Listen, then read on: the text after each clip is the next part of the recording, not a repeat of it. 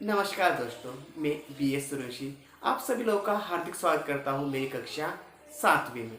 बच्चों, हम लोगों ने हमारी पिछली तासिका में देखा था कि किस तरीके से एसवा गांव के बच्चे परेशान थे उस नाले को लेकर जिसमें बरसात की वजह से पानी भर जाता था। वह अपने स्कूल जा नहीं पाते थे। आज हम बच्चों के द्वारा ऐसा क्या किया गया जिसके द्वारा उन्होंने अपनी परेशानी हल की, इसके बारे में जानकारी लेने वाले हैं। तो चलिए देखते हैं हमारे पाठ का दूसरा हिस्सा। हमने देखा था कि बच्चे चौपाल में जमा होकर बातचीत कर रहे थे और बातों ही बातों में वे लोग गाने लगे थे तालियां बजाकर कि हम बच्चे हैं, हम कर भी क्या सकते हैं, हम बच्चे हैं, हम कर भी क्या सकते हैं। आगे का हिस्सा। हंसो मत, कोई कुछ कर सकता है तो वह हम ही है। आत्मविश्वास भर दामिनी का था। तब दामिनी ने सबको कहा कि अरे इस तरीके से क्यों हंस रहे हो, अगर कोई कुछ कर सकता है तो वह हम ही लोग हैं। उसके स्वर में, उसकी आवाज में आत्मविश्वास था। हर समस्या का निदान संभव है। तो दामिनी कहती है कि हर समस्या का निदान यानी हर समस्या पर कोई ना कोई मार्ग, कोई ना कोई उपाय है। प्रकृति ने विचार करने के लिए हमें बुद्धि दी है। मुझे विश्वास है कि हम सब मिलकर विचार करेंगे तो कोई ना कोई रास्ता अवश्य मिलेगा। तो दामिनी कहते हैं कि हम इंसानों को भगवान ने, ईश्वर ने बुद्धि दी है जिसका विचार कर कर हम लोग या उसका इस्तेमाल कर कर हम हर किसी भी मुसीबत का हल निकाल सकते हैं, हर समस्या से हम बाहर आ सकते हैं। अगर हम चाहे तो हम इस समस्या का हल भी निकाल सकते हैं, ऐसा वो कहती है। कोशिश करने वालों की कभी हार नहीं होती। दामिनी की बातों ने बातचीत का माहौल ही बदल दिया। तो दामिनी ने कहा कि जो व्यक्ति कोशिश करता है, जो प्रयत्न करता है, वो अपने प्रयत्न में अंततः सफल होता है, वो पराजित कभी नहीं होता है। दामिनी की इन सारी बातों ने पूरे बातचीत का जो वातावरण था, माहौल था, वो पूरी तरीके से चेंज ही कर दिया, बदल दिया। हर कोई गंभीर होकर समस्या के हल के बारे में सोचने लगा। अब वहां पर जो भी थे वे सारे बड़े गंभीर होकर समस्या का हल खोजने लगे थे। हल मिल गया, हम बरसात में भी पाठशाला जा सकते हैं। आशीष की आंखों में चमक थी। तभी अचानक से आशीष आशीष जो था उनका ही एक दोस्त, उसने कहा कि अरे मुझे हल मिल गया, हम लोग चाहे बरसात हो या चाहे कितना भी पानी आए, नाला कितने भी पानी का भरा क्यों ना, लेकिन फिर भी हम लोग नाले के उस पार अपने स्कूल जा सकते हैं। उसके स्वर में एक अनोखी बात थी, उत्साह था। कैसे? सबने एक साथ सबने एक साथ पूछा, हम नाले पर पुल बनाएंगे। पुल? आत्मविश्वासपूर्ण उत्तर देते हुए ओके। तो सभी बच्चे ने पूछा कि अरे कैसे, ये सारी बातें हम किस तरीके से कर पाएंगे? हम नाले पर पुल बनाएंगे। पुल? मित्रों ने के स्वर में आश्चर्य को भांपकर आशीष ने आत्मविश्वासपूर्वक उत्तर देते हुए कहा, हाँ पुल। तो जब आशीष ने उनके सवाल को सुना कि किस तरीके से, तो उसने कहा कि हम उस नाले के ऊपर पुल बनाएंगे। पुल यह शब्द सुनते ही सारे बच्चे आश्चर्यचकित हो गए। उनके आश्चर्य को आशीष ने भांप लिया और उसने कहा कि हाँ हम पुल ही बनाएंगे। विज्ञान की पुस्तक में हम सब ने पुल की जानकारी पढ़ी है। जब भी कभी शहर गए हैं, बड़े बड़े पुल देखे हैं। तो आगे आशीष ने कहा कि अरे हम लोगों ने साइंस के बारे, विज्ञान की पुस्तक में तो पुल के बारे में पढ़ा ही है, और हम कितने बार शहर जाते हैं तो शहर जाते वक्त हम लोगों ने नदियों पर बने हुए कितने बड़े बड़े पुल हम लोगों ने देखे हुए हैं।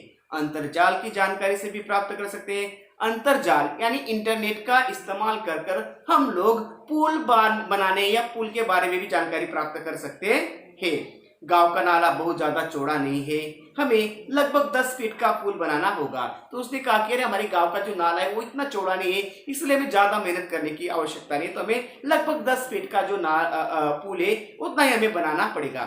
पुल बनाने का विचार जंगल की आग की तरह पूरे इस्बा गांव में फैल गया। हर व्यक्ति इस विचार और विद्यार्थी के हौसले की प्रशंसा कर रहा था। जो भी व्यक्ति इस बात को सुनता, हर व्यक्ति बच्चों की वाहवाही करता और उन्हें सपोर्ट करता।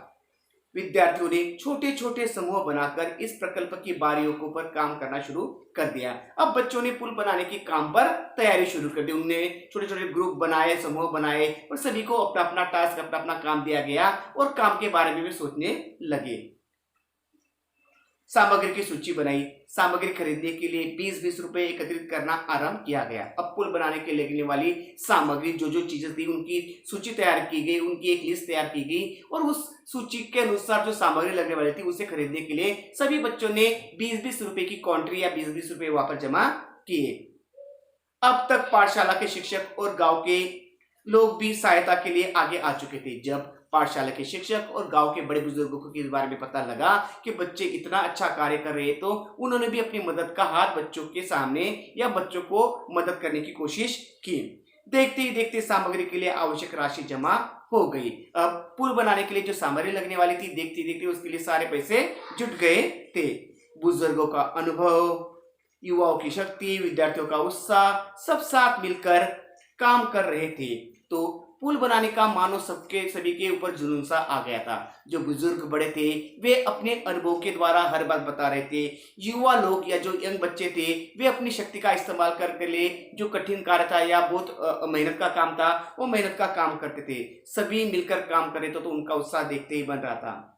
संगठित प्रयासों से काम आकार लेने लगा था। संगठित यानी एकत्र या एक साथ आने की वजह से जो काम था वो काम अब अच्छी तरीके से हो रहा था। पत्थर इकट्ठे किए गए, सीमेंट के पाइप खरीदे गए, पत्थर इकट्ठे किए गए, ईंटें आई, बंजर जमीन से मिट्टी खोदी गई। अब जो जो चीजें लगने वाली थी, चाहे वो पत्थर हो, ईंटें हो या मिट्टी हो, ये सारी चीजें एकत्रित की गई, मंगाई गई।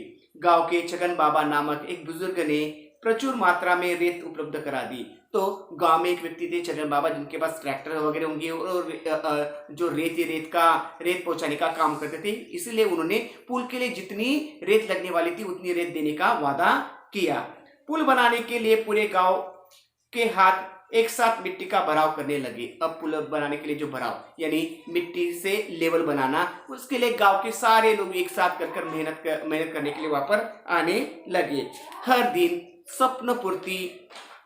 स्वप्न पूर्ति की ओर एक एक कदम बढ़ाने लगा था गांव। हर दिन थोड़े थोड़े कर पुल पूरी तरीके से गांव वालों के सामने तैयार होने के लिए तैयार हो रहा था। अंततः आनंद की वह सुबह आ ही गई। आखिर वह दिन आ ही गया जब पूरी तरीके से पुल बनकर तैयार हो गया। वर्षों की कठिनाई दूर हुई। केवल 15 दिनों के ग्रामीणों और विद्यार्थियों के सामूहिक श्रमदान से पुल तैयार हो चुका था। केवल 15 दिन लगाकर गांव के लोग और विद्यार्थियों ने मिलकर उस पुल के निर्माण कार्य को पूरा कर लिया था।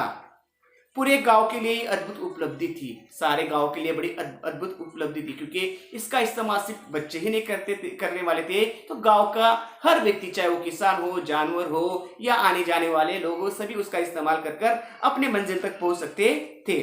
सभी ने एकता, संगठन और श्रमदान का महत्व भी समझा था। पुल ही उन लोगों को एक अच्छी चीज नहीं मिली, तो पुल बनाने की वजह से उनके अंदर जो एकता आई, संगठन हुआ, श्रमदान, ये सारी बातों का जो महत्व था, इंपॉर्टेंस था, उन लोगों को पता चला। बरसात में इस बार भी नाले में पानी भरा था, पर विद्यार्थी हंसते खेलते पुल से पाठशाला की राह जाने लगे। बरसात की वजह से इस बार भी नाले में पानी भरा था, लेकिन इस बार बच्चों की पढ़ाई या पाठशाला पर इसका बिल्कुल असर नहीं हुआ। तो बच्चे अपने कंधे पर बस्ते या किताबों का थैला ले बड़े आनंद के साथ हंसते गाते हुए उस पुल के जरिए अपनी पाठशाला की तरफ जाने लगे। पुल भी विद्यार्थियों के हौसले की दाद देता, मानो मन ही मन कह रहा था, जहाँ चाह वहाँ राह। तो जो बच्चे थे, बच्चों को देखकर मानो पुल को भी बड़ा आनंद होता था और वो मन ही मन सोच रहा था कि अरे जहाँ चाह होती है वह राह जरूर मिल जाती है। जूही ने बड़े भाई की सहायता से पुल के उद्घाटन का वृत्तांत बनाया और संगणक की सहायता से शिक्षा निरीक्षक के सामने प्रस्तुत किया। तो जो जूही थी, जूही ने अपने भाई की मदद से जो उद्घाटन समारोह था, उस उद्घाटन समारोह का वृत्तांत बनाया और कंप्यूटर की सहायता से उसका वृत्तांत बनाया। और जो शिक्षा निरीक्षक थे, शिक्षा निरीक्षक को उस कंप्यूटर की सहायता से वो वृत्तांत दिखाया भी। तो देखिए बच्चों, इस बाब के बच्चों ने किस तरीके से अपनी जिद, अपने जो लक्ष्य था उस लक्ष्य को रखा और उसे पूरे करने का प्रयास किया। आपके भी मन में किसी चीज को पाने की अगर जिद है, चाह है, तो आपको उस चीज को प्राप्त करने की कई सारी राहें मिल जाती है। धन्यवाद।